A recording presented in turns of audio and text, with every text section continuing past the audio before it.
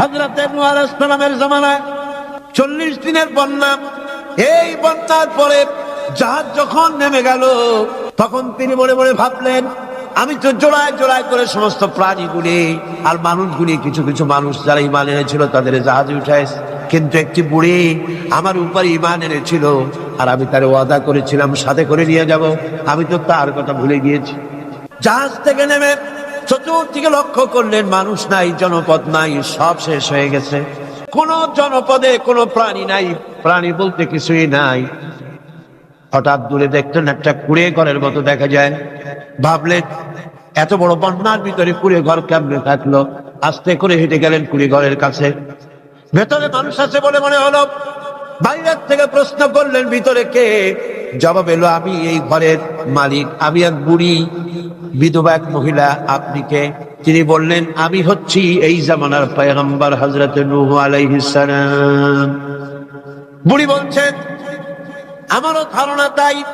আপনি আমাকে ওয়াদা করেছিলেন বন্যা হলে পরে, বন্যার আভার যখন আপনি পাবেন, আমাকে আপনি সাথে করে জাহাজে উঠায় নিয়ে দিবেন। আমার মনে হয় বন্যা কবে হবে সেই খবর দেওয়ার জন্য আপনি এসেছেন। হযরত নূহ আলাইহিস সালাম সিজদায় পড়ে কাঁদতে লাগলেন, বললেন, রব্বুল আলামিন, তোমার কুদরত বোঝার ক্ষমতা আমার নাই। 40 দিন পর্যন্ত পানির ভিতরে মানুষ কেমনে জীবিত রইল? আল্লাহ পাক শোনালেন, রোরে বিপদ যখন এলো, তুমি তোমার উম্মতকে ভুলে যেতে পেরেছো, ভুলে গিয়েছো, কিন্তু আমি রব্বুল আলামিন রহমানুর রহিম, আমি আমার বান্দিরে ভুলি নাই। পানির স্রষ্টা আল্লাহ, পানির ভিতরে তিনি বাঁচাতে পারেন, আবার তিনি আগুনের ভিতরে বাঁচাতে পারেন, সব কিছু করতে পারেন, সমস্ত ক্ষমতা আল্লাহ পাকের। আমার ভাইরা, আমার বন্ধুগণ, আমলের উপরে ভিত্তি করে কিয়ামতের দিন নাজাত হবে। আমল যদি খারাপ হয়ে যায়, কিয়ামতের দিন কেউ তাকে বাঁচাতে পারবে না। এই জন্য কিয়ামতের ময়দানে, হাসরের দিনে আল্লাহর হাবিব জনাবে মুহাম্মদ রাসূলুল্লাহ সাল্লাল্লাহু আলাইহি ওয়াসাল্লাম সিজদায় পড়ে কাঁদতে থাকবেন। আল্লাহ রাব্বুল আলামিন বলেন, হাবিব রে, আপনি কাঁদেন কেন? আজকে তো আপনার কাঁদার দিন না। আমি আপনাকে মাকামে মাহমুদ দান করেছি, আমি আপনাকে কাউসার দান করেছি। আপনার আজকে সম্মানের দিন, মর্যাদার দিন, কাঁদেন কেন? আল্লাহর হাবিব বলবেন, রব্বুল আলামিন, মাকামে মাহমুদ পেয়েছি, কাউসার পেয়েছি, কান্দি এই জন্য আমি দেখতে পাচ্ছি আবার সামনে দিয়া ফেরেশতারা আমার উম্মতগুলি জাহান্নামের দিকে নিয়ে যায়। আল্লাহ রাব্বুল আলামিন বলবেন, ওগো আমার হাবিব, আমি আপনাকে ক্ষমতা দিলাম, আপনার জান্নাতি উম্মতগুলি আপনি বেছে নেন। আল্লাহর হাবিব তার জান্নাতের উম্মতগুলি বাঁচতে থাকবেন।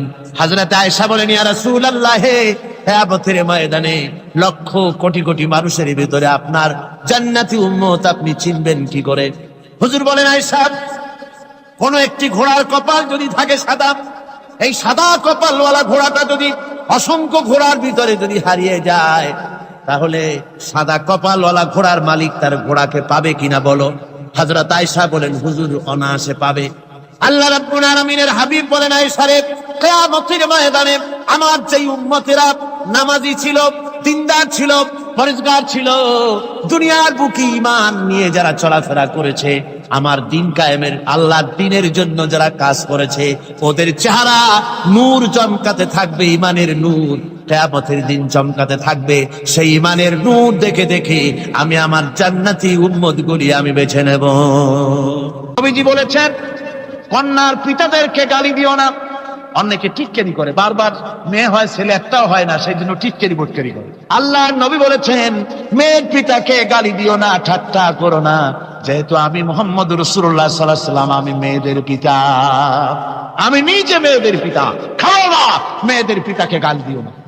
রাসূলুল্লাহ বলেছেন, আকাশের নিচে জমিনের উপরে খাদিজার মতো মহিলা আর নাই। সেই হযরতে খাদিজা রাসূলের 4টি মেয়ে পেটে ধারণ করেছিলেন। সুবহানাল্লাহ। মেয়ের প্রতি রাসূলুল্লাহ যথেষ্ট মহব্বত করতেন, মেয়েকে খুব ভালোবাসতেন হুজুর সাল্লাল্লাহু আলাইহি ওয়াসাল্লাম। হুজুরের কলিজার টুকরা ছিলেন মা ফাতিমা রাদিয়াল্লাহু তাআলা আনহা। হুজুর যখন কোথাও যেতেন, সকলের শেষে দেখা করতেন ফাতেমার সঙ্গে, আর বিদেশ থেকে সফর করে এসে সকলের আগে দেখা করতেন ফাতেমার সঙ্গে। সুবহানাল্লাহ। রাসূলুল্লাহ আরো বলেছেন, তোমরা যখন বাজারে যাবে বা ব্যবসা করতে যাবে বা বিদেশে যাবে, আসার সময় যে সব হাদিয়া নিয়ে আসো। আমরা যখন বাইরে যাই, বাজারে যাই, কিছু হাদিয়া আনি না? জামা, কাপড়, চকলেট ইত্যাদি আমরা আনে থাকি। রাসূলুল্লাহ বলেছেন, হাদিয়াগুলি তোমরা যারা বিদেশে যাও, বাজারে যাও, হাদিয়া আনবে, আর এনে ঘরের মধ্যে ঢুকে তা শুরু করবে মেয়েকে দিয়ে। প্রথমে দেবে মেয়েকে। সুবহানাল্লাহ।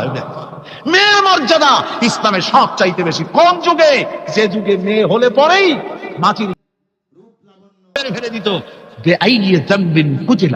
কোন অপরাধে তাদেরকে হলো, আল্লাহ পাক কোরআনে কারীমের মধ্যে বলেছেন তাদের অপরাধ আর কিছু না, তারা নারী, এই জন্য তাদেরকে মেরে দিত। রাসূলুল্লাহ তাদের ইজ্জত দিলেন। সুবহানাল্লাহ বিহামদিহি। রাসূলুল্লাহ সম্মান দিলেন, ইজ্জত দিলেন তাদের।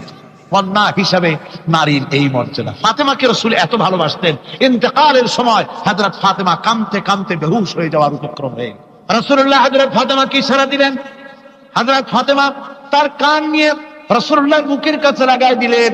আল্লাহর নবী কি যেন বললেন কানে কানে, হযরত ফাতেমার কান্না বন্ধ হয়ে গেল। হযরত আয়েশা বলেন, মা, রাসূলুল্লাহ তোমার কানে কানে কি বললো আর তোমার কান্না বন্ধ হয়ে গেল?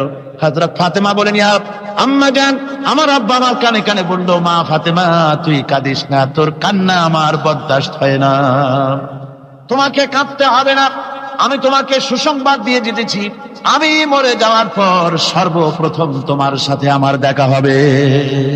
রাসূলুল্লাহর এই ভবিষ্যৎবাণী হযরত ফাতেমা বুঝতে পেরেছেন যে হুজুরের ইন্তেকালের পরে আমার বেশি দেরি হবে না, আমিও তাড়াতাড়ি হুজুরের সাথে শামিল হতে পারবো। হুজুরের ইন্তেকালের 6 মাস পরেই হযরত ফাতেমা রাদিয়াল্লাহু তাআলা আনহা ইন্তেকাল করেছেন। কন্যা হিসাবে নারীর মর্যাদা ইসলাম অনেক অনেক গুণে বাড়িয়ে দিয়েছে।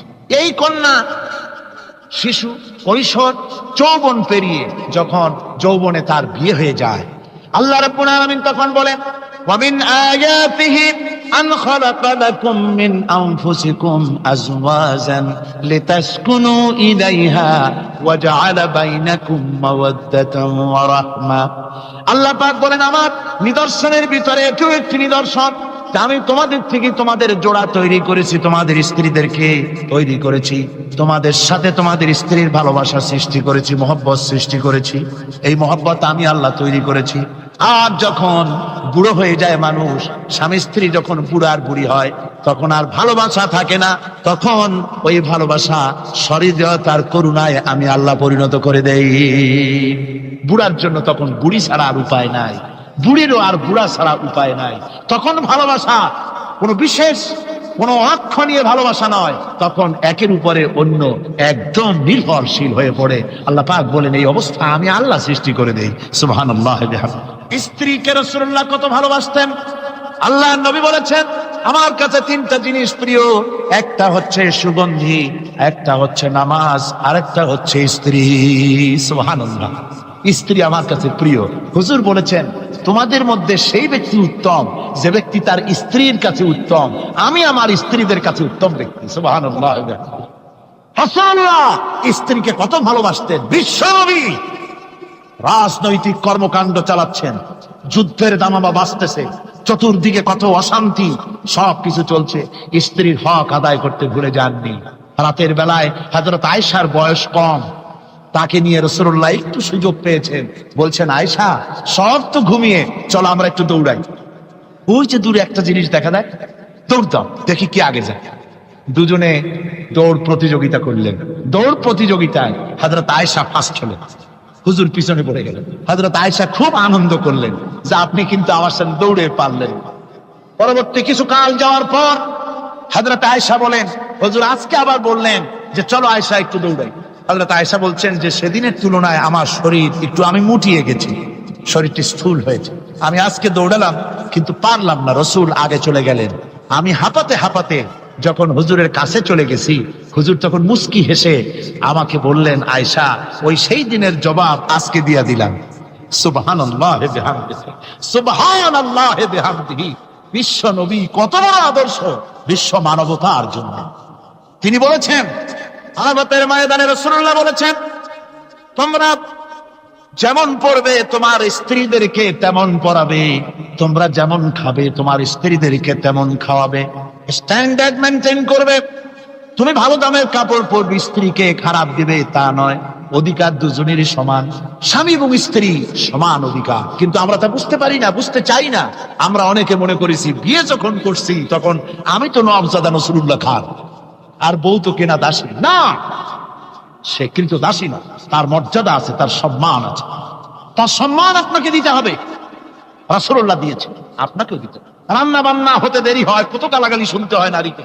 আল্লাহর নবীর স্ত্রী হযরত আয়েশা বলেছেন, আল্লাহর নবী কাজ করে, মানুষের সঙ্গে কথা বলে, রাষ্ট্রীয় দায়িত্ব পালন করে ঘরের ভিতরে এসে যখন দেখেছেন রান্না হতে দেরি আছে, রাসূলুল্লাহ বিরক্ত হন নাই, ভ্রু কুঞ্চিত করেন নাই, চোখ মোটা করেন নাই, আমাকে কোনো কথা শোনার নাই, বরং আমার কাছে বসে রান্নায় আমাকে সহযোগিতা করেছেন।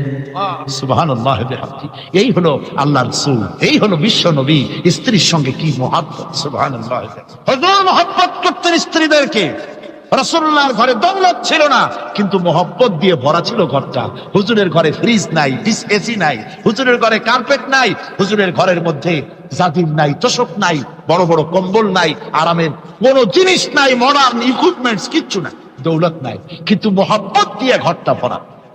হযরত আয়েশা বলেছেন, আমি পানি পান করে, যখন আমি পানি পান করে গ্লাস রেখে দিতাম, আল্লাহর নবী তখন গ্লাসের সেই জায়গায় ঠোঁট লাগাতেন যেখানে আমি ঠোঁট লাগাইয়া পানি পান করেছি।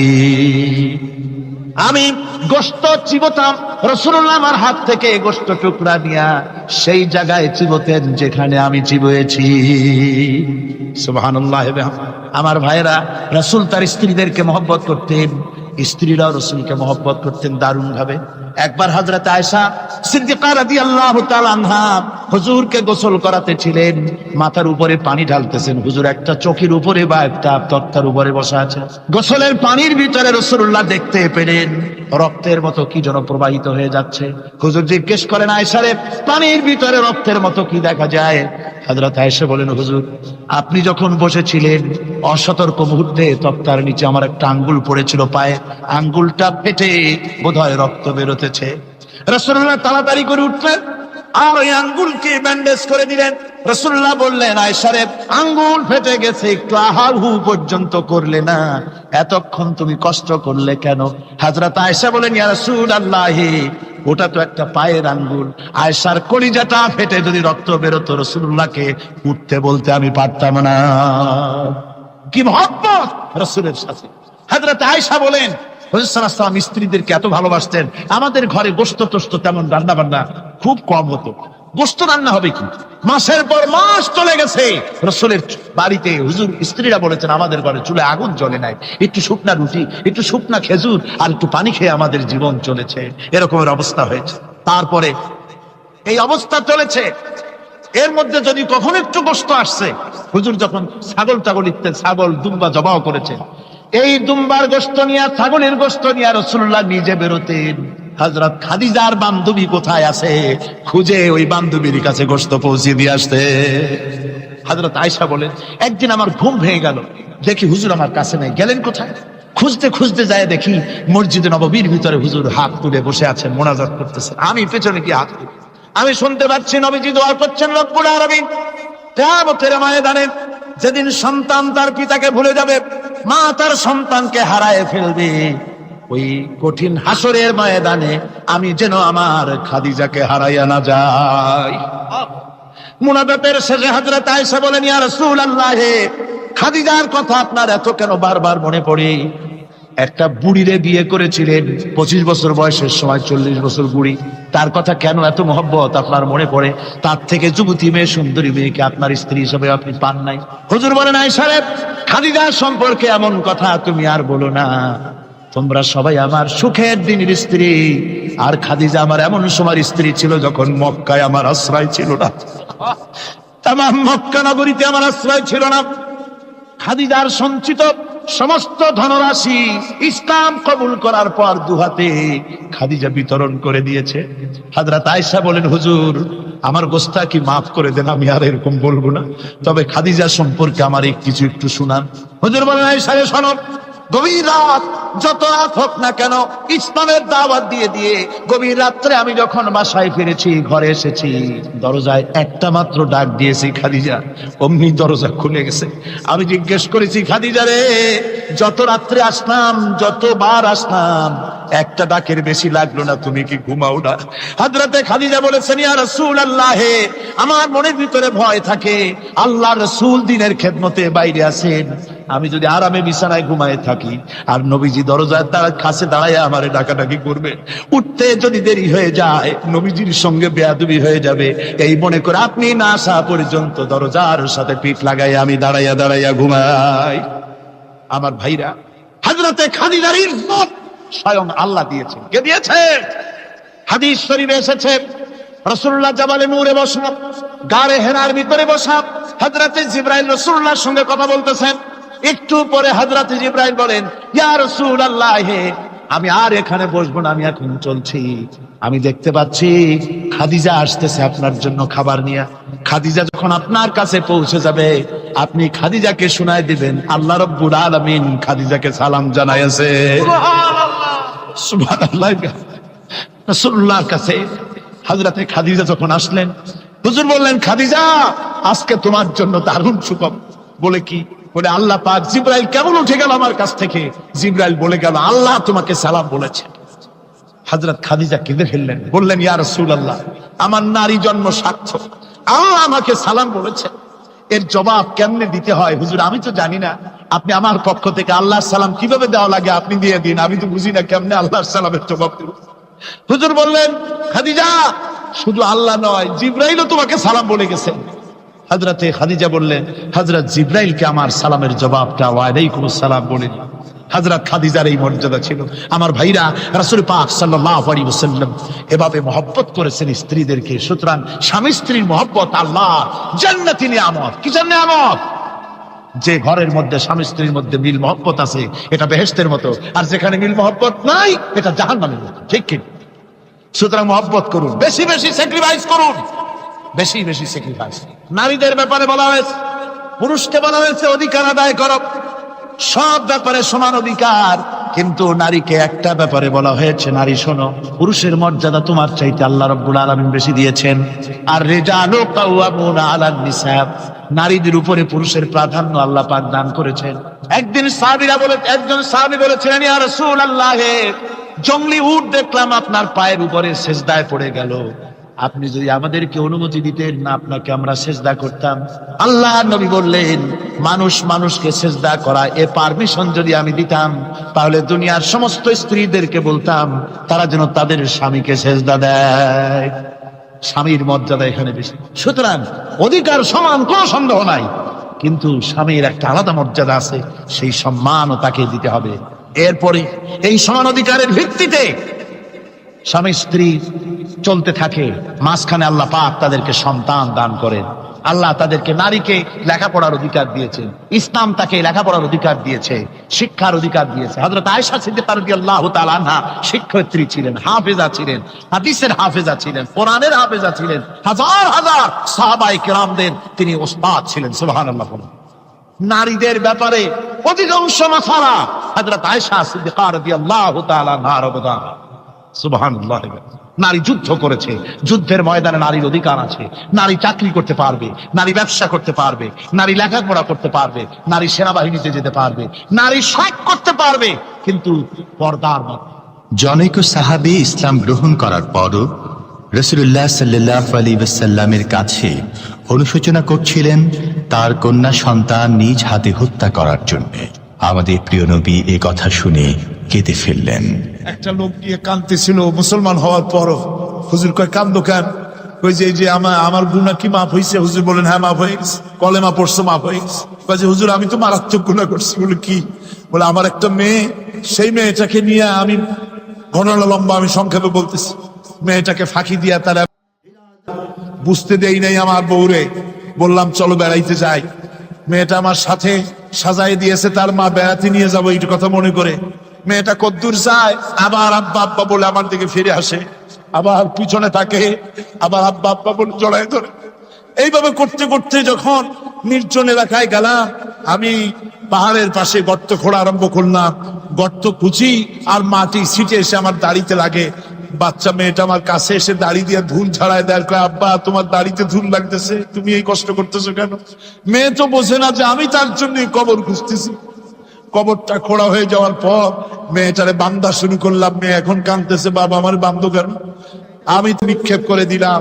মেয়েটা গর্তের মধ্যে বসে চিৎকার করে বলছে, আব্বা তুমি আমারে বাঁচতে দাও, আমি তোমারে বাপ বলে সমাজে হ্যাঁ করবো না, আমি ভিক্ষা করে খাবো, আমার বেরো না। লোকটি বলছি, ইয়া রাসূলুল্লাহ, আমার মনে দরদ আসলো না।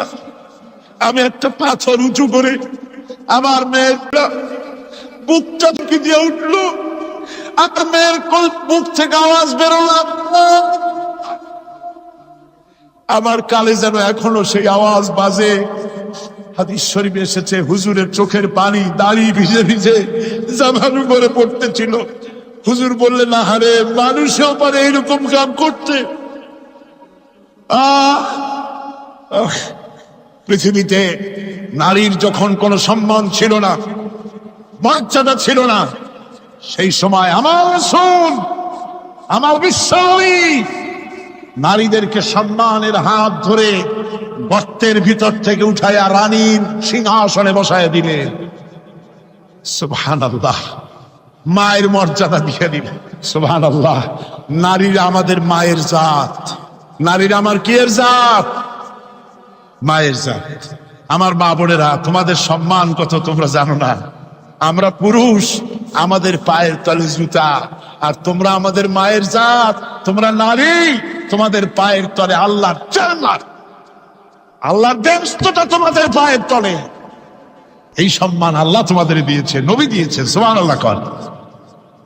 ভাইরা আমার, অধিকার ইসলাম দিয়েছে। বিবাহ যখন হয়, এই বিবাহের সময় এজেন্ট আনতে হয়। আর বিবাহ হচ্ছে বিবাহ বৈঠক।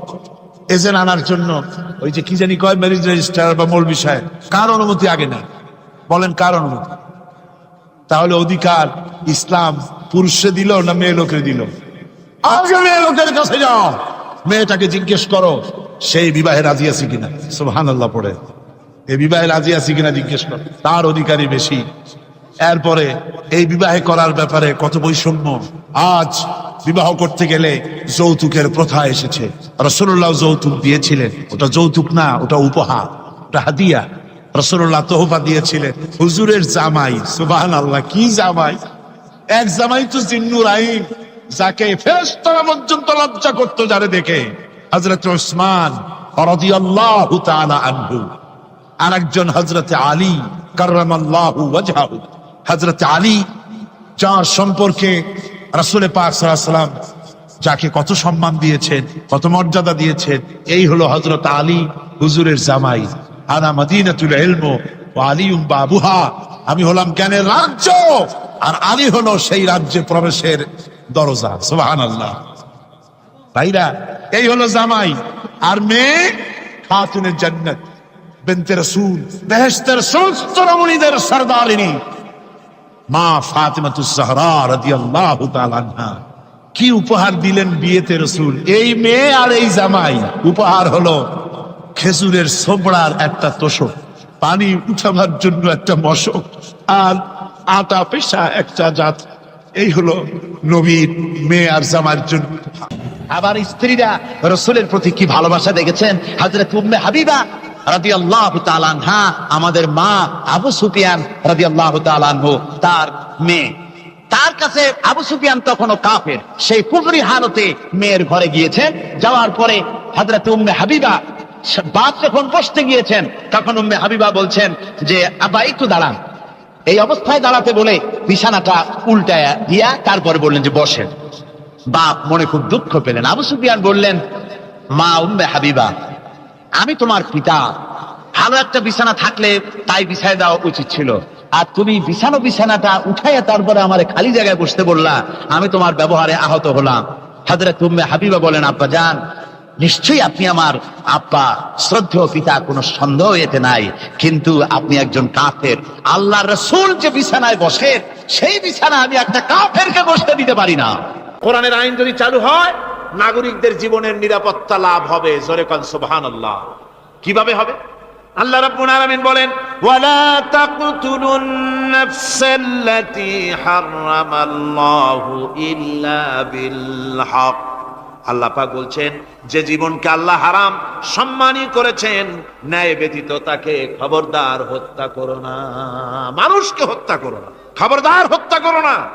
আল্লাহ পাক হত্যা নিষিদ্ধ ঘোষণা করে দিলেন আর বললেন, মান কাতালা নাফসান বিগাইরি নাফসিন আও ফাসাদিন ফাকান্নামা কাতালান নাস জামিআ। কেউ যদি কোন নরহত্যা এবং বিপর্যয় সৃষ্টি করে, কোন অপরাধ ছাড়া যদি কেউ কোন নির্দিষ্ট অভিযোগ তাকে হত্যার শাস্তি দেওয়া যায় কোরআন অনুযায়ী, এরকম ছাড়া যদি অন্যায়ভাবে কেউ কাউকে হত্যা করে, তাহলে একটা লোক হত্যা করা নয়, একটা মানুষ হত্যা করার অর্থ হলো গোটা বিশ্বের সমস্ত মানুষকে হত্যা করা। কে বলছেন এ কথা? আল্লাহ পাক বলছেন। আর একটা মানুষকে যদি বাঁচায় দেওয়া যায়, তাহলে সে যেন গোটা পৃথিবীর সমস্ত মানুষকে বাঁচায় দিল। এ কথা কে বললেন? আল্লাহ সুবহানাহু ওয়া তাআলা বলেছেন। এরপরে নরহত্যা যারা করবে তাদের জন্য রয়েছে শাস্তি। কি শাস্তি? আল্লাহ পাক বলছেন, ওমাই ইয়াকতুল মুমিনান মুতাআম্মিদান ফাজাযাউহু জাহান্নামু খালিদান ফিহা ওয়া গাদিবাল্লাহু ওয়া লা'নাহু ওয়া আ'আদ্দা লাহু আযাবান আযীমা। আল্লাহ পাক বলছেন, ওমাই ইয়াকতুল মুমিনান মুতাআম্মিদান, যে ব্যক্তি কোনো মুমিনকে ইচ্ছে করে হত্যা করলো, ফাজাযাউহু জাহান্নাম, তার শাস্তি কি? যারা বলেন শাস্তি কি? খালিদ, সেই জাহান্নামে চিরকাল তাকে থাকতে হবে। ওয়া গাদিবাল্লাহ ওয়া লা'নাহু, আর তার উপরে আল্লাহর গজব, আল্লাহর লানত, চিরকাল এই শাস্তি তাকে জাহান্নামে ভোগ করতে হবে। বন্ধুগণ, জীবনের নিরাপত্তা দিচ্ছেন আল্লাহ পাক। কোরআনের আইন চালু হলে মানুষকে হত্যা করা হবে না, কেউ কাউকে মারতে পারবে না, মারলে তাকেও নিহত হত্যা করা অবশ্যই হবে। সম্পদের নিরাপত্তা দিচ্ছেন আল্লাহ, গ্যারান্টি। হিন্দু হোক মুসলমান হোক, সকলের সম্পদের গ্যারান্টি মিলবে, কেউ কারো সম্পদকে হরণ করবে না, গসব করবে না। কোরআন বলছে, ওয়ালা তাকুলু আমওয়ালাকুম বাইনাকুম বিল বাতিল, পরস্পরের সম্পদকে অবৈধভাবে ভক্ষণ করো না। সম্মানের নিরাপত্তা হচ্ছে, ইসলামী সমাজ চালু হয়ে গেলে আল্লাহ রাব্বুল আলামিন সম্মানের নিরাপত্তা দিবেন প্রত্যেক নাগরিকের। আল্লাহ পাক বলছেন, ইয়া আইয়ুহাল্লাযীনা আমানু লা ইয়াসখার কওমুম মিন কওমিন, হে বিশ্বাসীরা, তোমরা এক গোত্র আর এক গোত্রকে ঠাট্টা করো না। চাষিরা তাঁতিদেরকে গালি দিও না, তাঁতিরা চাষিদেরকে, জেলেদেরকে গালি দিও না। এক গোত্র আর এক গোত্রকে ঠাট্টা করো না, বিদ্রুপ করো না। ওয়ালা তালমিজু আনফুসাকুম ওয়ালা তানাবাজু বিল আলকাব, একে অপরের দোষ গেয়ে বেরিও না, একে অপরকে খারাপ নামে ডেকো না, একে অপরের কুৎসা রটনা করো না। আল্লাহ নিষেধ করেছেন। ইসলামী সমাজ হলে পরে মানুষ সব দিক থেকেই নিরাপত্তা পাবে, গ্যারান্টি পাবে, ব্যক্তি স্বাতন্ত্র্যের প্রাইভেসির নিরাপত্তা পাবে। কারো ঘরের মধ্যে কেউ হঠাৎ করে ঢুকবে না, অর্ডার নিয়ে ঢুকতে হবে, পারমিশন নিয়ে ঢুকতে হবে। আল্লাহ পাক বলেছেন, লা তাদখুলু বুয়ুতান গায়রা বুয়ুতিকুম হাত্তা তাস্তানিসু ওয়া তুসাল্লিমু আলা আহলিহা, অন্যের ঘরের মধ্যে পারমিশন ব্যতি রেখে প্রবেশ করো না। আগে সালাম দাও, পারমিশন নাও, তারপরে ঢোকো। যদি জবাব না আসে চলে যাও, বেরিয়ে যাও, এটা তোমার জন্য কল্যাণকর হবে। তারপরে ইচ্ছে মতো ধর্ম পালনের নিরাপত্তা পাওয়া যাবে ইসলামী সমাজে। কাউকে বাধ্য করা হবে না ইসলাম কবুল করার জন্য, বা অন্য ধর্ম কবুল করার জন্য কাউকে বাধ্য করা হবে না। কোরআনে কারীম বলছে, লা ইকরাহা ফিদ্দিন, ধর্মের ব্যাপারে কোনো বাড়াবাড়ি করা যাবে না, কারো উপরে কোনো ধর্মমত চাপিয়ে দেওয়া যাবে না। যার ইচ্ছে তার ইচ্ছে মতো স্বাধীনভাবে তার ধর্মকর্ম পালন সে করতে পারবে। এই ধর্ম পালনের কথা বলতে এসে আমার মনে পড়লো এবছরের হিন্দুদের দুর্গাপূজার কথা। আপনারা বলতে পারেন যে কি এর মধ্যে কি ঢুকাই দিলেন? ঠিকই ঢুকাইছে। আমি বুঝি না যে কেমন ধর্ম। আপনারা আমারে কন, দেশের প্রধান বিরোধী দল তারা যদি বলে যে আমাদের এই দাবি যদি সরকার না মানে, তাহলে 1 বছরের ভেতরে আমার দলে যত লোক আছো কেউ জুমার নামাজ পড়বা না, তাহলে তাদের দলের লোকেরা তা কি মানবে? মানবে? বিএনপি যদি বলে, সরকারে যারা আছে, যে আমাদের এই সমস্ত কথা যদি বিরোধী দল না মানে, তাহলে আমার দলের কোনো লোক ঈদের নামাজ পড়বে না। শুনবে কেউ? শুনবে না। আমার ভাইরা, কোরআনে কারিমের আলোচনা শেষ দিকে এসেছে। আমরা মুনাজাত করব এখন। মুনাজাতের জন্য দাঁড়ানো ভাইয়েরা এক মুহূর্তে বসে পড়ুন। আজকে আপনাদের জন্য দারুণ সুখবর আছে।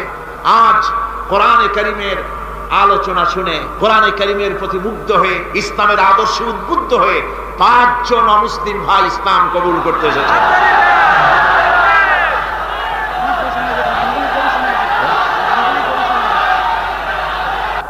ভেতরে যারা ইসলাম কবুল করবেন তারা আমার সাথে পড়েন, আপনারাও পড়েন, সবাই পড়েন, লা ইলাহা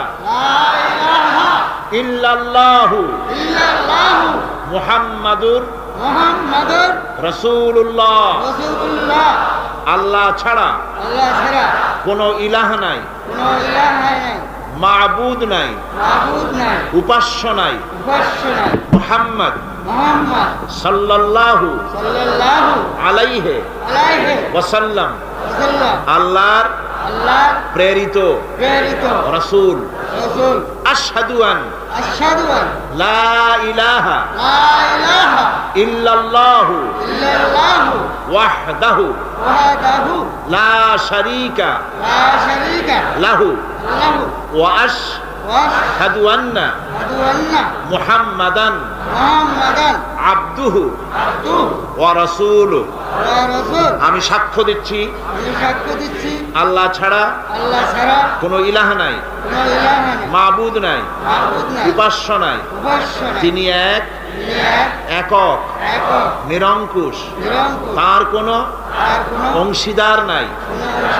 আমি আরো সাক্ষ্য দিচ্ছি মুহাম্মদ সাল্লাল্লাহু আলাইহি ওয়াসাল্লাম আল্লাহর প্রেরিত বান্দা এবং রাসূল। বাস, এবার বলেন আসসালামু আলাইকুম। সবাই জবাব দেন। ওয়ালাইকুম আসসালাম ওয়া রাহমাতুল্লাহ। বলতে চাই, আমি হিন্দুর ছেলে ছিলাম, ইসলাম ধর্ম গ্রহণ করছি। আমার মুসলমান ভাই সবার কাছে আমি দোয়া চাইতেছি, আমাকে দোয়া করুন। আলহামদুলিল্লাহ, আলহামদুলিল্লাহ। আমি এখন আমাকে দোয়া করবেন আপনারা, আমি যেন বাকি জীবনটা কাটাই যেতে পারি। আল্লাহ দোয়া করেন একটু। আলহামদুলিল্লাহ, দোয়া হবে, দোয়া হবে। এই মুহূর্তে 6 মাস অপেক্ষা করছি আপনার জন্য। আরে বহুদিন আমার আশা ছিল, আল্লাহ। আজকে আশা পূরণ হয়েছে। আল্লাহ মঞ্জুর করুন, আল্লাহ মঞ্জুর করুন, আল্লাহ মঞ্জুর করুন। আমার এই ভাই, এই 2 জন একটু আগ মুহূর্ত তারা ছিলেন মুশরিক, এখন আমাদের ভাই। আমাদের কি ওনারা? ওনাদের অবস্থা এখন এই হয়েছে, ওনার চোখে ধর্মে কিছু না, বৌদ্ধ ধর্ম এটা কিছু না, সব জায়গায় ঘুরেছিলাম, ওদের ধর্মের ভিতরে কিছু না, আল্লাহর কালাম ছাড়া কিছু না। সুবহানাল্লাহ। মুসলমান কিছু করে, আল্লাহর কালাম ছাড়া দুনিয়ায় কিছু না। আলহামদুলিল্লাহ। আমি এখন তাদেরকে বুকে জড়িয়ে ধরে এই বিশাল জনসমুদ্রের পক্ষ থেকে আমি তাদেরকে সম্মানিত করছি।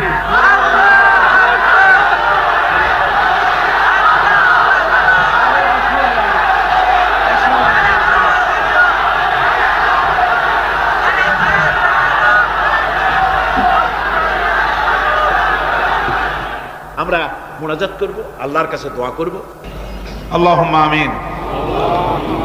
ربنا ظلمنا أنفسنا وإن لم تغفر لنا وترحمنا لنكونن من الخاسرين.